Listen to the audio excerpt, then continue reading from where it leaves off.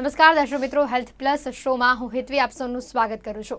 દર્શક મિત્રો, આજે વાત કરી રહ્યા છે નસોને લગતી બીમારીઓ વિશે। ધમની જે આપણા હૃદયમાંથી આપણા હાથ અને પગ સુધી લોહી પહોંચાડવાનું કાર્ય કરે છે તેની પણ બીમારી હોય છે અને ઘણીવાર આપણને કદાચ અંદાજ પણ નથી આવતો હોતો આવી બીમારીઓ વિશે। અને આવી જો બીમારી તમને છે, તમને કોઈ હાથનો પગનો દુખાવો થાય છે તો કોને કન્સલ્ટ કરવું અથવા તો આ રોગ આગળ ન વધે તેના માટે કયા પ્રકારની દવાઓ લેવી, કયા પ્રકારની એક્સરસાઇઝ કરવી તેના વિશે આપણને યોગ્ય માર્ગદર્શન ઘણીવાર નથી મળતું હોતું અને પરિણામે આ દુખાવો એટલો બધો અસહ્ય થઈ જતો હશે કે દર્દીઓ પણ છેલ્લે હાર માની જતા હશે।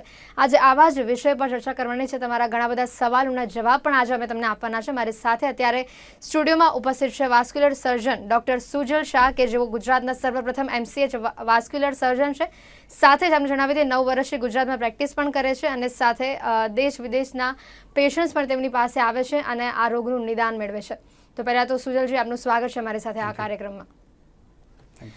સુજલજી, જે વાત કરી નસોની બીમારી વિશે, ધમનીઓની બીમારી વિશે જે આપણે વાત કરી રહ્યા છે, પહેલાં એને પીએડી કહેવામાં આવે છે તમારી ડૉક્ટરની લેંગ્વેજમાં, એટલે પહેલાં તો સમજાવશો કે આ પીએડી એટલે શું? અને પેરિફેરલ આર્ટરિયલ ડિસીઝ PAD કહેવામાં આવે છે। અને આપણે શબ્દશઃ વર્ણન કરીએ તો પેરિફેરલ એટલે કે હૃદય સિવાયની, હૃદયમાંથી શરીરના બીજા ભાગો તરફ જતી નળીઓની બીમારી, આર્ટરી એટલે કે ધમની, શુદ્ધ લોહી લઈ જતી નસ, અને એની બીમારીઓ એટલે પેરિફેરલ આર્ટરિયલ ડિસીઝ। હૃદયની બીમારીને કોરોનરી આર્ટરી ડિસીઝ કહે છે। એ જ રીતે હૃદયમાંથી બહાર જતી નળીઓની બીમારી જે મગજ, કિડની, આંતરડા અને પગ તરફ લઈ જાય એને પેરિફેરલ આર્ટરિયલ ડિસીઝ કહેવામાં આવે છે। જી બિલકુલ। અને ખાસ જે મેં શરૂઆતમાં જણાવ્યું કે ઘણીવાર આપણને આવી કોઈ બીમારી વિશે આપણને જાણ નથી થતી હોતી, એટલે આવી બીમારી આપણને લાગુ થઈ છે તો એના લક્ષણો, એના કારણો, કઈ રીતે આ બીમારી થઈ, એ આપણે આ તમામ વસ્તુના જવાબ આપણે કેવી રીતે મેળવી શકીએ? ઓકે, પેરિફેરલ આર્ટરિયલ ડિસીઝનું સર્વપ્રથમ લક્ષણને ઇન્ટરમિટન્ટ ક્લોડિકેશન કહેવામાં આવે છે। એમાં શરીરના કોઈપણ ભાગ, પર્ટિક્યુલરલી પગના મસલ્સ તરફ લોહી ન પહોંચવાને કારણે દર્દીને અમુક પર્ટિક્યુલર ડિસ્ટન્સ ચાલ્યા પછી એ મસલ ગ્રુપમાં પેઇન ઉપડે છે અને થોડો આરામ કર્યા પછી એ દુખાવો શાંત થઈ જાય છે। ફરીથી દર્દી એ જ ડિસ્ટન્સ ચાલે તો એ જ પ્રકારનું પેઇન થાય છે। સો આ મેઇન ઇન્ટરમિટન્ટ ક્લોડિકેશન અથવા તો ક્રેમ્પ્સ એ પેરિફેરલ આર્ટરિયલ ડિસીઝનું સર્વપ્રથમ લક્ષણ હોય છે। આ બીમારી જ્યારે આગળ વધે ત્યારે ક્લોડિકેશનમાંથી રેસ્ટ પેઇન અથવા તો ક્રિટિકલ લિમ્બ ઇસ્કેમિયામાં એ કન્વર્ટ થાય છે। એટલે કે દર્દી જ્યારે ચાલતા નથી, આરામમાં છે, સૂતા છે, ત્યારે પણ પગના કોઈ ભાગની અંદર દુખાવો થવો, બળતરા થવી, ઊંઘ ન આવવી અથવા તો ટિશ્યુ લોસ જેમ કે ચાંદુ જે લાંબા સમય સુધી નથી રૂજાતું અને છેક અંતના સ્ટેજમાં ગેંગ્રીન થવું એ એના લક્ષણોમાં આવે છે। હવે જ્યારે આપણે એના કારણો વિશે ડિસ્કસ કરીએ કે પેરિફેરલ આર્ટરિયલ ડિસીઝ કયા કારણથી થાય, તો એમાં સર્વપ્રથમ અને સૌથી અગત્યનું કારણ છે સ્મોકિંગ। તમાકુનો ઉપયોગ આઈધર ગુટખા સ્વરૂપે અથવા તો સ્મોકિંગ જેમાં બીડી અને સિગરેટ બંનેનો સમાવેશ થાય છે એને કારણે શરીરની ધમનીઓ બ્લોકેજ થવાનું લગભગ 70% જેટલા કેસમાં જોવા મળે છે। આ ઉપરાંત ડાયાબિટીસ, બ્લડ પ્રેશર આ બંને એવા કારણો છે કે જે PADના મુખ્ય કારણો છે। એ ઉપરાંત કોલેસ્ટેરોલ વધુ હોવાને કારણે એથ્રોસ્ક્લેરોટિક નામની બીમારી, એનાથી ધમનીઓના બ્લોકેજ થવા એ પણ કોમનલી જોવા મળે છે। અને આ ઉપરાંત કેટલાક રેર કારણો કે જે વધુ લોકોમાં જોવા નથી મળતા, વાસ્ક્યુલાઇટિસ નામની બીમારીઓને કારણે પણ પેરિફેરલ આર્ટરિયલ ડિસીઝ થતી જોવા મળે છે। બિલકુલ ડૉક્ટર, ખાસ કરીને PAD દર્દીઓની સંખ્યા આશરે કેટલી જોવા મળતી હશે? કારણ કે આપ પણ જો છેલ્લા 9 વર્ષથી પ્રેક્ટિસ કરશો તો તમે રોજિંદા જીવનમાં આવા પેશન્ટ્સ કેટલા જુઓ છો? એક સર્વે અનુસાર વર્ષમાં વર્લ્ડ વાઇડ 200 મિલિયન જેટલા, એટલે કે લગભગ 220 કરોડ જેટલા લોકો આ બીમારીથી પીડિત હોય છે। અને અમારી રોજિંદા જીવનની પ્રેક્ટિસમાં એક સિનિયર વાસ્ક્યુલર સર્જનની OPDમાં રોજના લગભગ 10 જેટલા પેશન્ટો પેરિફેરલ વાસ્ક્યુલર ડિસીઝ લઈને આવતા હોય છે। અમુક ક્લોડિકેશનના સ્ટેજમાં તો અમુક ક્રિટિકલ લિમ્બ ઇસ્કેમિયા અને રેસ્ટ પેઇન સાથે પણ આવતા હોય છે। બિલકુલ, પરંતુ જે ખાસ કરીને અહીંયા જોવા જઈએ કે આપ જે સર્વે પ્રમાણેની આપે વાત કરી તો આને લઈને કોઈ ખાસ એજ ગ્રુપ પણ જોવા મળતું હશે કે આ એજ ગ્રુપના લોકોને આ રોગ સૌથી વધારે લાગુ પડે છે અથવા તો તેમનામાં આના લક્ષણો વધારે જોવા મળે છે? ચોક્કસ, પેરિફેરલ આર્ટરિયલ ડિસીઝ મેલ અને ફિમેલ બંનેમાં જોવા મળે છે, પરંતુ વધારે 70-80% જેટલું પુરુષોમાં જોવા મળતી બીમારી છે એને તમાકુ સાથે સીધો સંબંધ છે અને મુખ્યત્વે 35થી માંડીને 65 સુધીના એજ ગ્રુપમાં વધુ જોવા મળે છે। 35થી 45 વર્ષના એજ ગ્રુપમાં એને બર્જર્સ ડિસીઝ તરીકે પ્રેઝન્ટ થાય છે, જેમાં ઘૂંટણની નીચેની નળીઓ બ્લોકેજ થતી હોય છે। જ્યારે 45થી 65 વર્ષની ઉંમરના લોકોમાં એથ્રોસ્ક્લેરોટિક ઓક્લુઝન એટલે કે કોલેસ્ટેરોલ અને ડીજનરેટિવ કારણોથી લોહીની નળીઓનું અસર પામવું જોવા મળતું હોય છે। પરંતુ આ બીમારી એનાથી વધુ એજ ગ્રુપવાળા તેમજ ઓછા એજ ગ્રુપવાળા લોકોમાં પણ જોઈ શકાય છે. બિલકુલ. અને ખાસ કરીને જે આપણે એજ ગ્રુપની વાત કરી, હવે ઘણીવાર એવું પણ બને કે આપણને આવો કોઈ દુખાવો છે અથવા તો આવે કોઈ પેઇનથી આપણે પીડાયા છે તો ઘણીવાર વ્યક્તિ પોતે જાતે જ એવું અનુમાન લગાવી દે છે કે એક ઉંમર થઈ ગઈ એટલે ઉંમર પછી તો સ્નાયુઓ નબળા થવાના, હાડકાં, આપણું કેલ્શિયમ શરીરમાંથી ઘટી જાય, એટલે આવા પ્રકારના સાંધા દુખવા, પગ દુખવા, આ બધું બહુ નોર્મલ વસ્તુ છે. એટલે લોકો ઘણીવાર ડૉક્ટર પાસે કન્સલ્ટ કરવા નથી જતા હોતા. જો હવે તમને આનો અંદાજો આવી જાય છે તો તમે પહેલાં તો કોને કન્સલ્ટ કરશો? અને ખાસ કરીને પહેલાં તો એ અંદાજો લાવવો પણ એટલો જરૂરી છે કે આપણને આ કોઈ કેલ્શિયમની ઉણપ અથવા તો ઉંમરને લગતી નથી, આ કોઈક બીમારી છે, એટલે એનો ખ્યાલ લાવવો પણ એટલો જ જરૂરી બની જતો હોય છે. બિલકુલ. મોટાભાગના કેસમાં એવું થાય છે કે દર્દી અમારી પાસે આવે ત્યાં સુધીમાં ખૂબ લેટ થયું હોય છે અને દર્દી advance disease stage 5-6 ulcer, gangrene લઈને આવે છે. એનું કારણ છે કે સમાજમાં વાસ્ક્યુલર ડિસીઝ બાબતની અવેરનેસ ખૂબ ઓછી છે.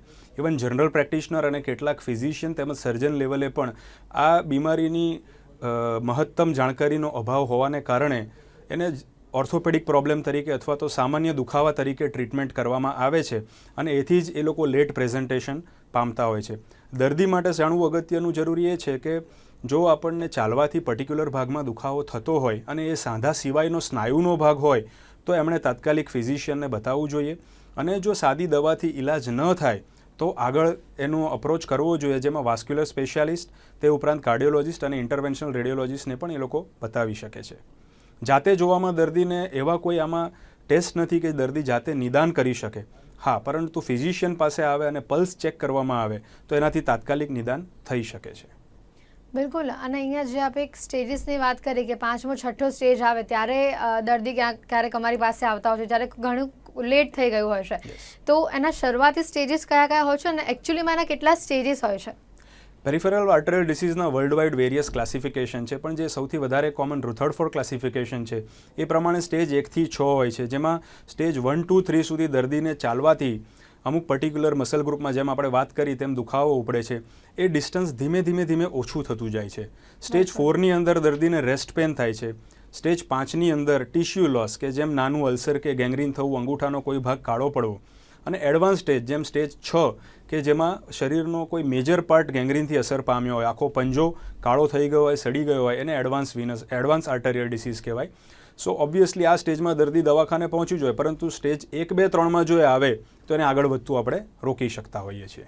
બિલકુલ, ખૂબ જ સાચી વાત છે. કારણ કે કોઈ પણ રોગમાં જો શરૂઆતથી જ એની ખબર પડી જાય તો એને ક્યોર કરવો વધારે સહેલો બની જતો હોય છે. ડૉક્ટર, હવે આ રોગ જો ખ્યાલ આવી ગયો છે તો આનું નિદાન કઈ રીતે કરી શકાય? આનું નિદાનની પ્રોસેસ કઈ હોય છે? દર્દી અમારી પાસે આવે તો સૌથી પહેલું અમે એનું ક્લિનિકલ એક્ઝામિનેશન કરીએ છીએ, જેમાં ઇન્સ્પેક્શન અને પાલ્પેશન. દર્દીને અમે જોઈએ પણ પેશન્ટ વ્હીલચેરમાં આવ્યા હોય અને પગ નીચે લબડતો હોય તો લાલાશ પડતો કે જાંબલી પગ હોવું એ એક આર્ટેરિયલ ડિસીઝનું એક અગત્યનું લક્ષણ છે. પગ જ્યારે ઊંચો કરવામાં આવે ત્યારે એ ફીકો પડી જાય, પેલ થઈ જાય, એ એનું બીજું લક્ષણ છે.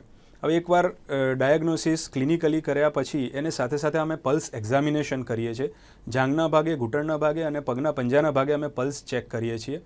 પલ્સ જો ન આવતી હોય તો એ આપણને ઇન્ડિકેટ કરે છે કે દર્દીને વાસ્ક્યુલર ડિસીઝ છે.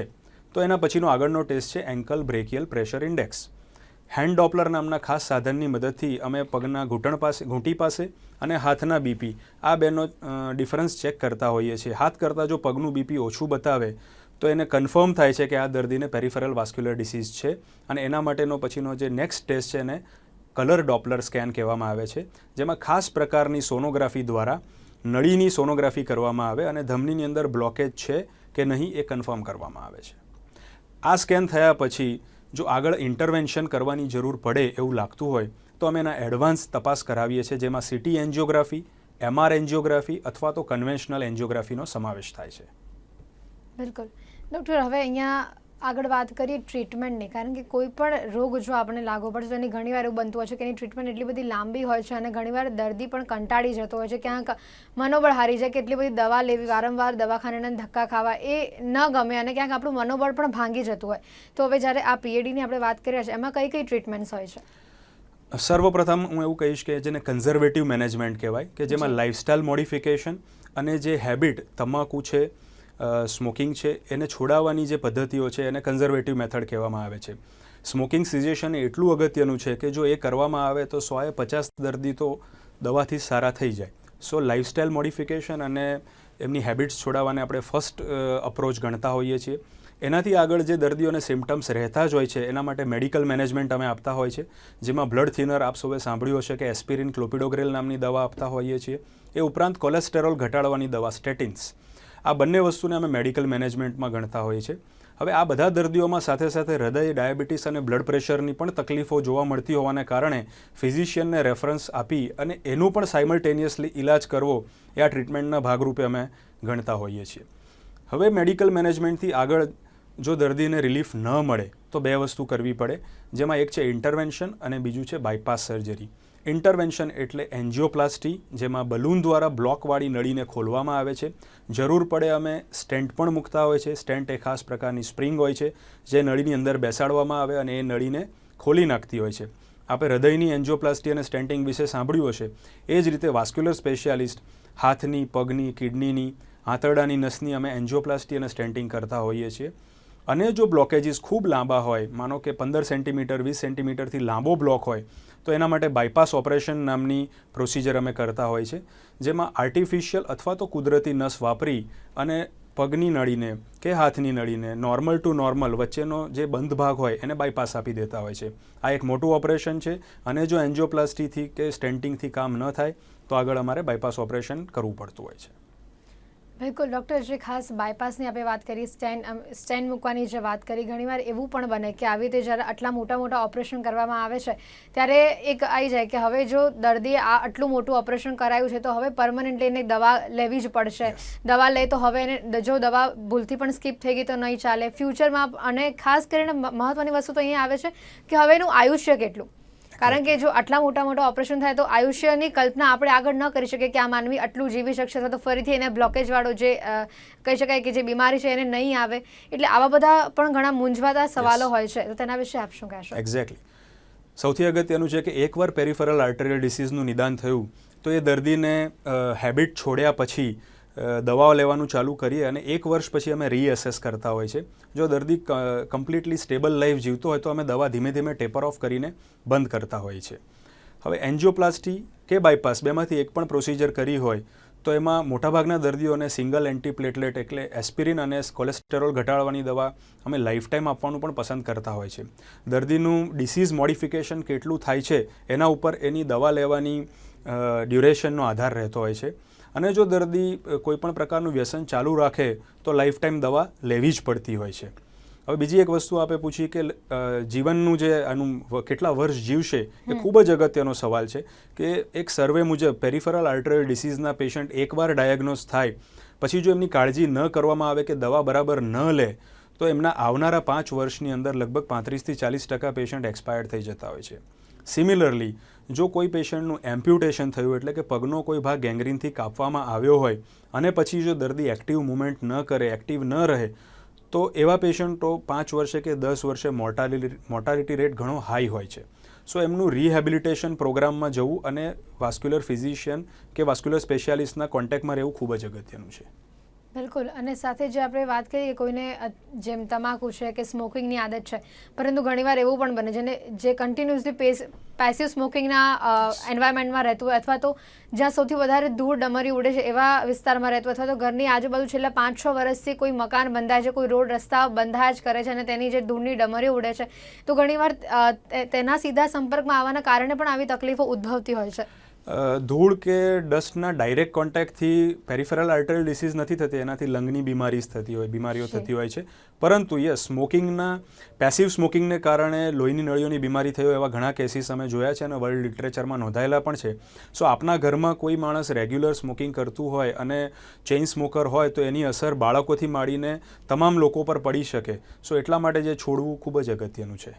બિલકુલ. અને અહીંયા જે પીડીએની વાત કરી રહ્યા છે તો એને જે શરૂઆતથી દવાથી શરૂઆત કરવામાં આવે કે દવાથી એને મટાડવાનો પ્રયત્ન કરવામાં આવે, જો એને એનાથી ફરક પડે છે તો એને આગળ કેટલા સમય સુધી એને દવા કન્ટિન્યુ કરવી પડે છે? મેડિકલ સાયન્સ એટલી હદે પ્રોગ્રેસ કરી ચૂક્યું છે કે વાસ્ક્યુલર ડિસીઝીસ માટેની દવાઓ ખૂબ જ એડવાન્સ થઈ ગઈ છે. એમાં એન્ટીપ્લેટલેટ અને એન્ટીકોગ્યુલન્ટ નામની દવાઓ અમે યુઝ કરતા હોઈએ છીએ.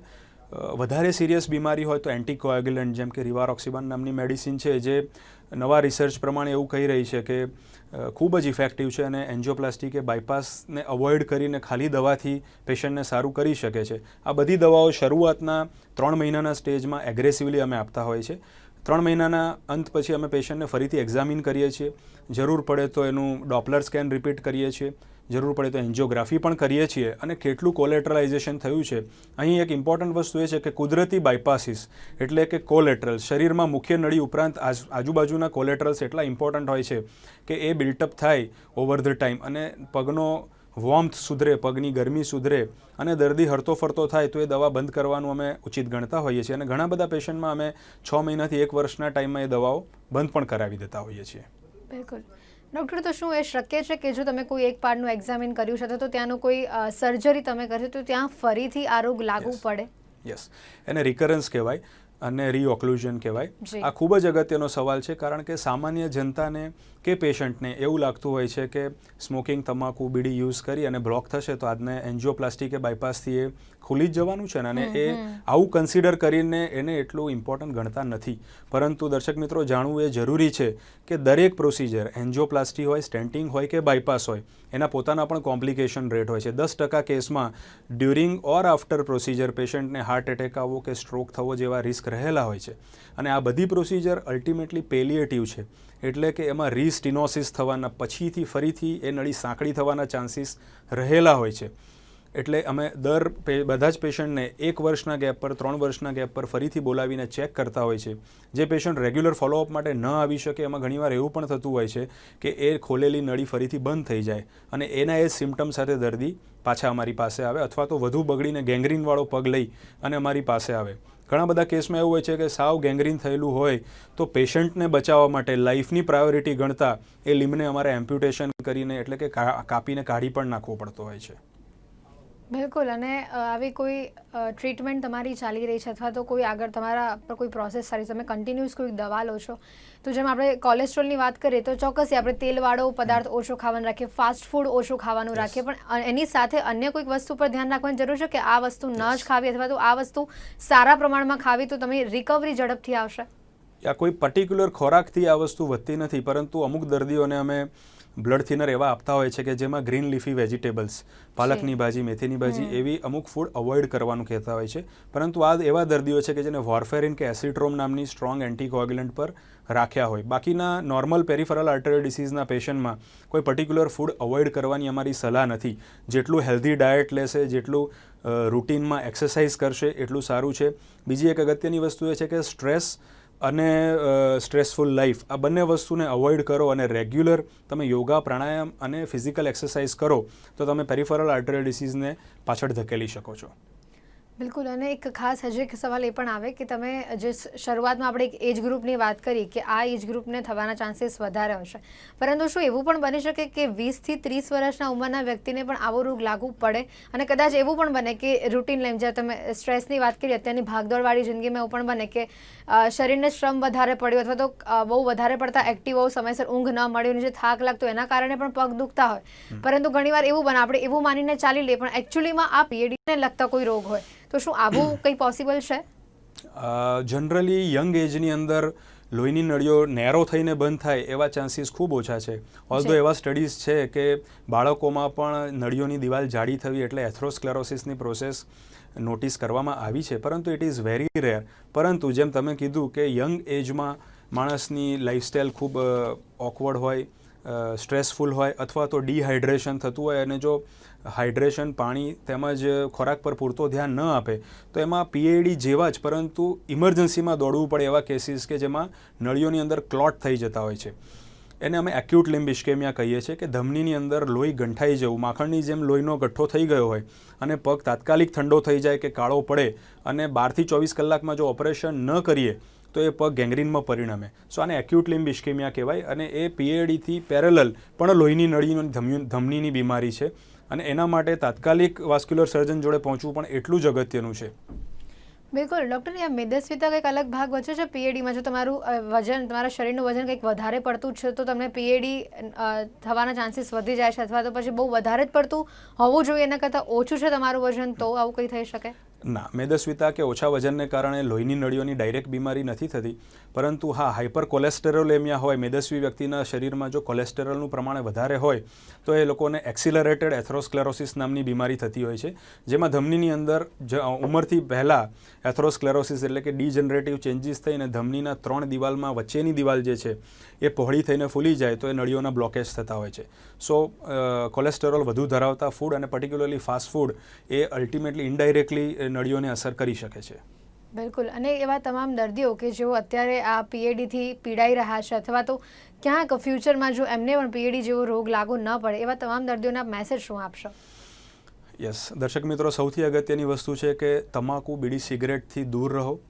એ લાગે છે વ્યસન, એન્જોય કરવા જેવું, પણ એમાં અલ્ટિમેટલી તમે તમારો પગ ગુમાવશો અને એકવાર જો પગ જાય તો લાઈફની ક્વોલિટી ઓફ લાઈફ એટલી સારી નથી રહેતી. સો સ્મોકિંગને બંધ કરો અને જિંદગીને પસંદ કરો, તમારા પગને પસંદ કરો, હેલ્ધી લાઈફસ્ટાઈલને પસંદ કરો. બીજી વસ્તુ કે આ વિષયમાં જેટલી જાણકારી એટલો જ બચાવ. તમે એના વિશે વાંચન કરો અથવા તો જાગ્રત રહીને તમને જો તકલીફ હોય તો એકવાર બતાવીને અટકી ન જતા, તકલીફ ચાલુ રહે તો સ્પેશિયાલિસ્ટનો સંપર્ક કરવામાં મોડું ન કરો. જો તમે અમારી પાસે વહેલા આવશો તો એનો વહેલું નિદાન અને વહેલો ઇલાજ કરી અમે તમારી લિમ્બ અને લાઈફ એટલે કે પગ અને જીવ બંને બચાવી શકશું. સો સમય એ સૌથી અગત્યનું ફેક્ટર છે નિદાન અને ટ્રીટમેન્ટ માટે.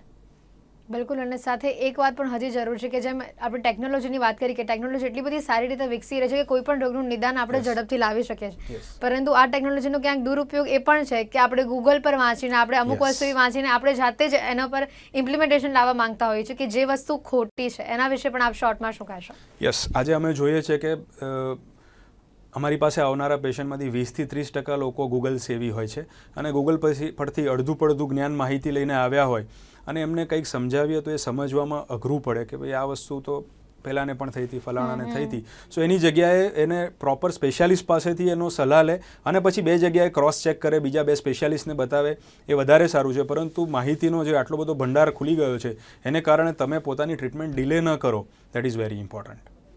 બિલકુલ. તો દર્શક મિત્રો, અત્યારે જે ખાસ વાત કરી પીએડીને લગતી કે જેની બીમારી જો તમને પણ લાગુ પડે છે અથવા તો ઇન ફ્યુચર તમને આવી કોઈ પ્રોબ્લેમ બને છે તો તમે કઈ રીતે એનું નિદાન કરાવી શકશો, કેવી રીતે તમે સર્જન પાસે જઈને તમે એને કન્સલ્ટ કરીને તમે તમારી બીમારીનું યોગ્ય નિદાન કરાવી શકશો. મારી સાથે આ સમગ્ર ચર્ચામાં જોડાયા હતા ડૉક્ટર સુજલ શાહ. સુજલજી, આપનો ખૂબ ખૂબ આભાર આપ અમારી સાથે આ ચર્ચામાં જોડાયા તે બદલ. Thank you. દર્શક મિત્રો, હેલ્થ પ્લસમાં અત્યારે બસ આટલું જ સમય થયો છે અહીંયા રજા લેવાનો. રજા આપશો. નમસ્કાર.